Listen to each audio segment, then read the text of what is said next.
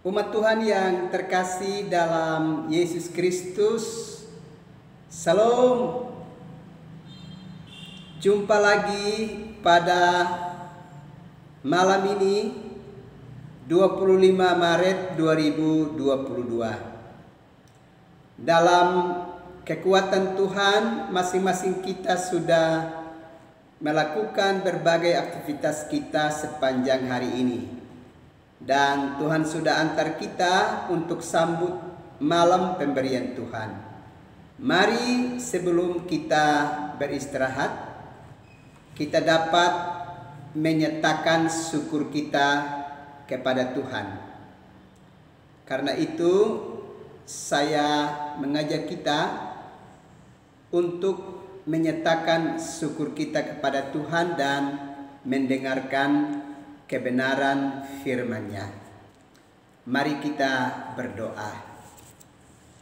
Segala puji, hormat dan sembah kami nyatakan ke hadapan hadirat-Mu Bapa, karena dalam kasih karunia-Mu Bapa sudah memberi kekuatan kepada kami untuk berkarya sepanjang hari ini.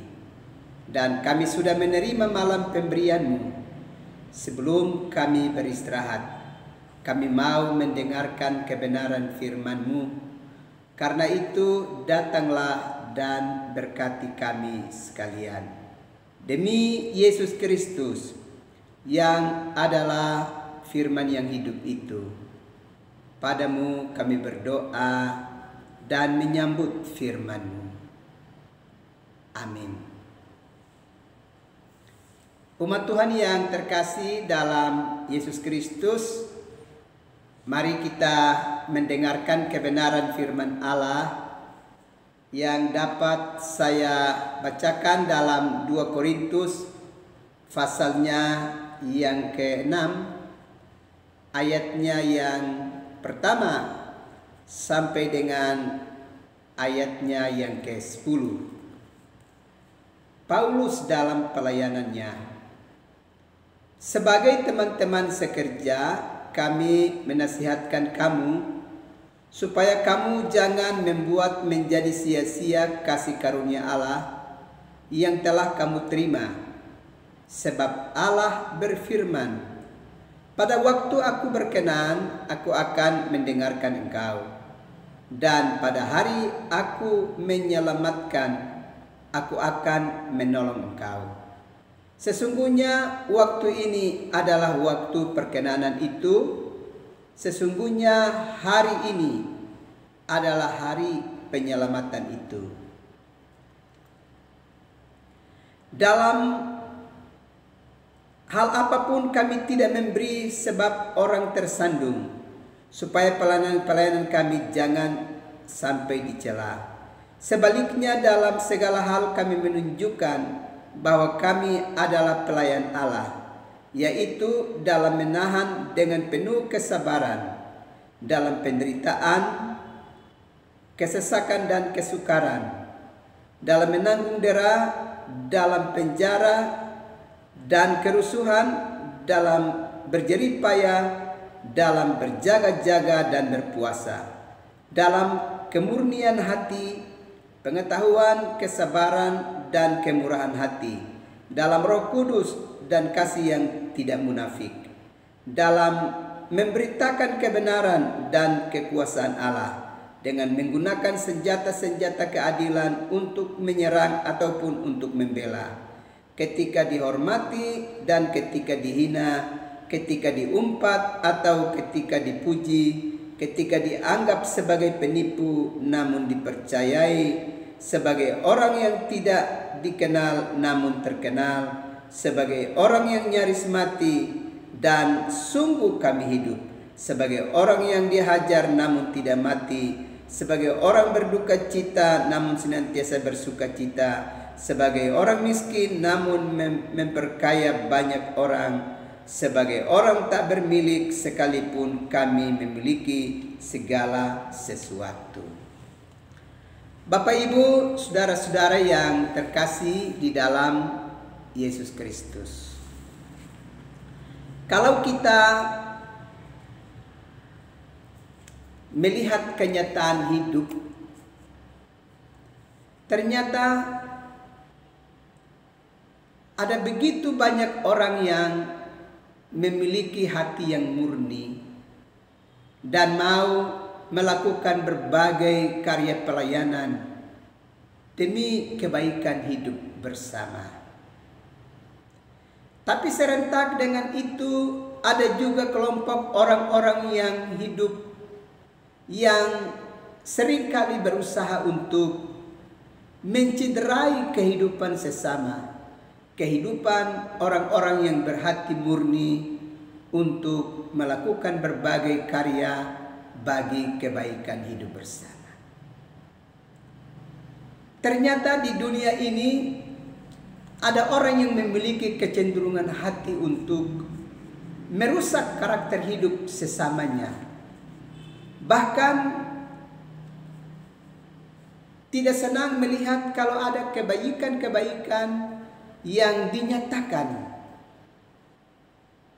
Malah orang berusaha untuk menciderai orang-orang yang gemar melakukan hal-hal baik dalam hidup bersama. Tentu ini adalah sebuah perilaku hidup yang menyedihkan. Sebab bagaimana mungkin ada orang yang berhati yang buruk, yang justru berusaha untuk menghambat dan bahkan mendatangkan derita terhadap mereka yang memiliki hati yang bersih dan yang memperjuangkan berbagai hal untuk kemajuan hidup bersama. Kalau kita perhatikan bagian kitab suci ini dalam 2 Korintus pasalnya yang ke-6 ayat pertama sampai dengan ayatnya yang ke-10. Paulus adalah satu pribadi yang setelah perjumpaannya dengan Kristus itu benar-benar memiliki hati yang bersih untuk mau menolong dan mau memberkati orang-orang di sekitarnya. Rasul Paulus tidak ingin melanjutkan perkara-perkara kehidupan yang pernah dia lakukan sebelum dia mengalami perjumpaan dengan Yesus pada waktu itu. Memang dulu Paulus adalah orang yang gemar menciderai sesama umat manusia. Terutama dia menciderai orang-orang Kristen pada waktu itu. Tapi setelah perjumpaannya dengan Yesus dalam perjalanannya ke Damsyik, ternyata perjumpaan dengan Yesus itu membuat Paulus mengalami banyak perubahan besar di dalam hidupnya. Dia tidak lagi punya kecenderungan untuk mendatangkan derita bagi sesama umat manusia. Tapi justru yang ada di dalam dirinya dan hidupnya adalah berjuang untuk menolong dan menyelamatkan sesamanya. Itulah sebabnya dia berjalan dari satu wilayah pelayanan ke wilayah yang lain. Ia bahkan membiayai dirinya sendiri untuk melakukan karya-karya pelayanan itu. Ia berkorban habis-habisan hanya demi dan untuk mewartakan warta keselamatan dan mau menolong setiap orang supaya hidup lebih baik dan berkenan kepada Tuhan.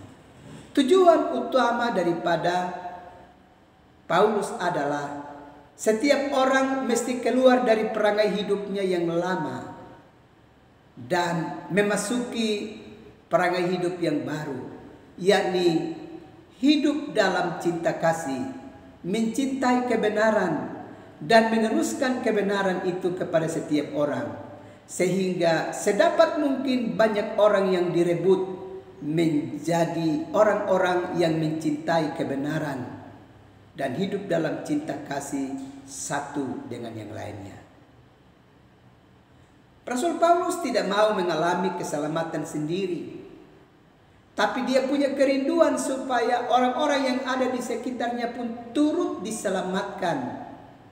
Dan itulah sebabnya dia berjuang begitu hebat dalam rangka untuk menolong banyak orang dalam berbagai karya pelayanan yang dia kerjakan. Tapi apa gerangan yang terjadi? Ternyata ada begitu banyak orang juga yang menentang pelayanannya. Ada begitu banyak orang yang juga mencari jalan untuk menjatuhkannya, mendera dia, bahkan membawa dia kepada pengadilan untuk diadili, dan berbagai-bagai tindakan lainnya. Ada usaha untuk membinasakan kehidupan Paulus pada waktu itu. Tetapi sekalipun ada kesulitan dan tantangan yang begitu berat dialami oleh Paulus, komitmennya untuk mewartakan warta keselamatan, komitmennya untuk merebut banyak orang untuk datang kepada Tuhan, terus dia kerjakan. Sekalipun ada cobaan dan ada tantangan, ada hambatan yang begitu hebat yang dialami oleh Paulus. Nah, Bapak Ibu, saudara-saudara yang terkasih di dalam Yesus Kristus,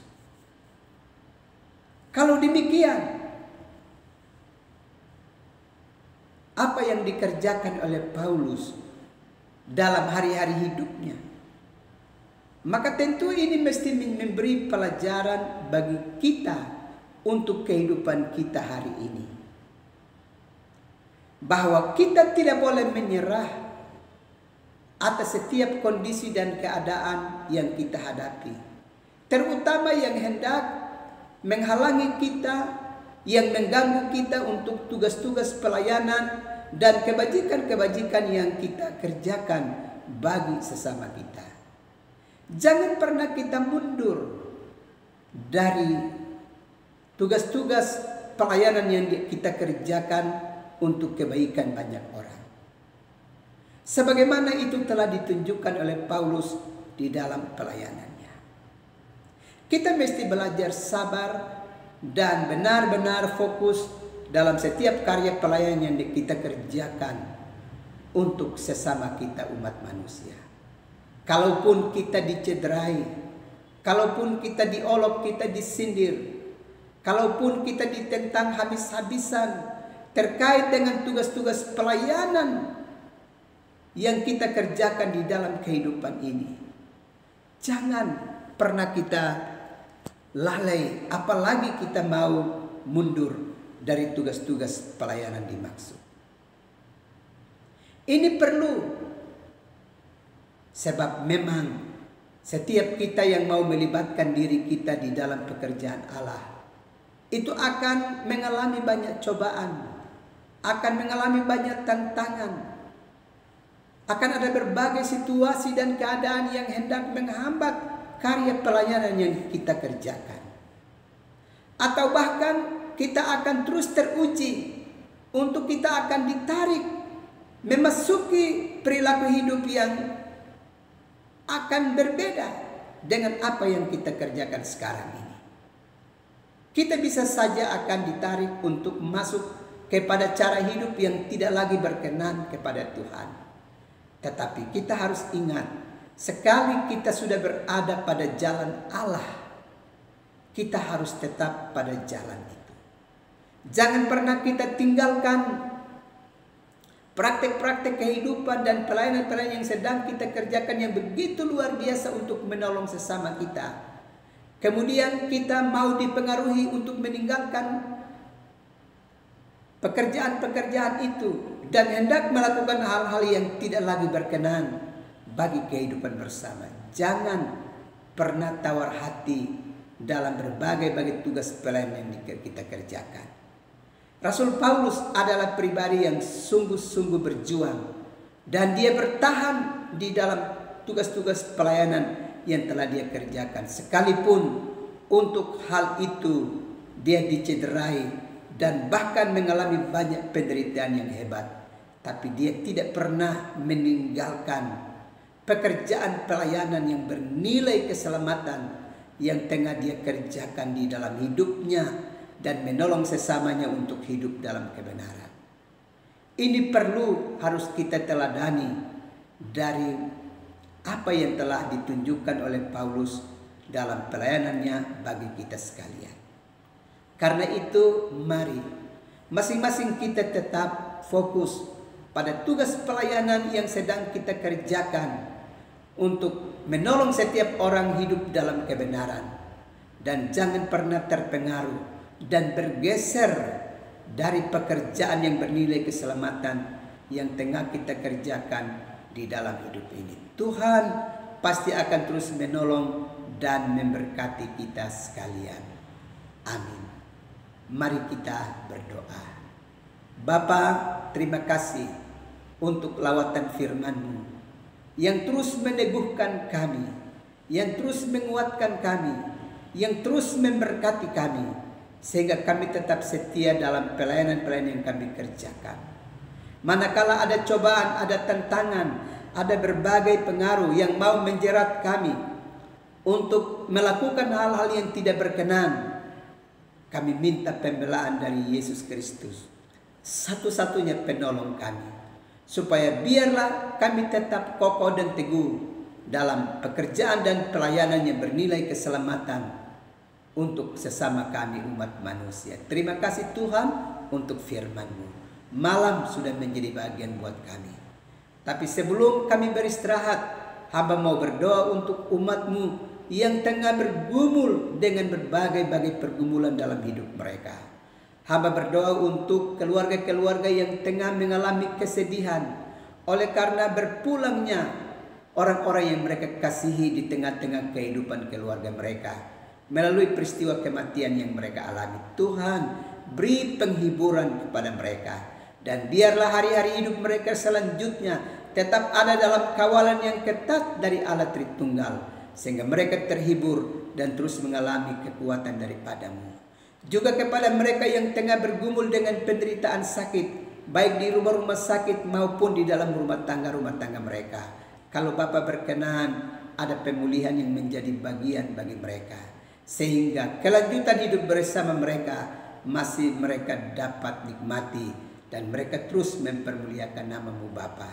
Bagi umat-Mu yang ada dalam kekurangan dan kesulitan, Tuhan Yesus bantu setiap keluarga. Biarlah di dalam pertolongan-Mu mereka mengalami berkat-berkat-Mu di dalam hidup mereka. Terima kasih Bapa, kami akan beristirahat malam ini. Datanglah dan berkati kami sekalian. Demi Yesus Kristus yang adalah Tuhan dan Juru Selamat bagi hidup kami, Padamu kami berdoa serta mengucap syukur. Amin. Umat Tuhan yang terkasih dalam Yesus Kristus, selamat malam, selamat beristirahat. Tuhan pasti terus melindungi dan memberkati umat Tuhan sekalian. Salam.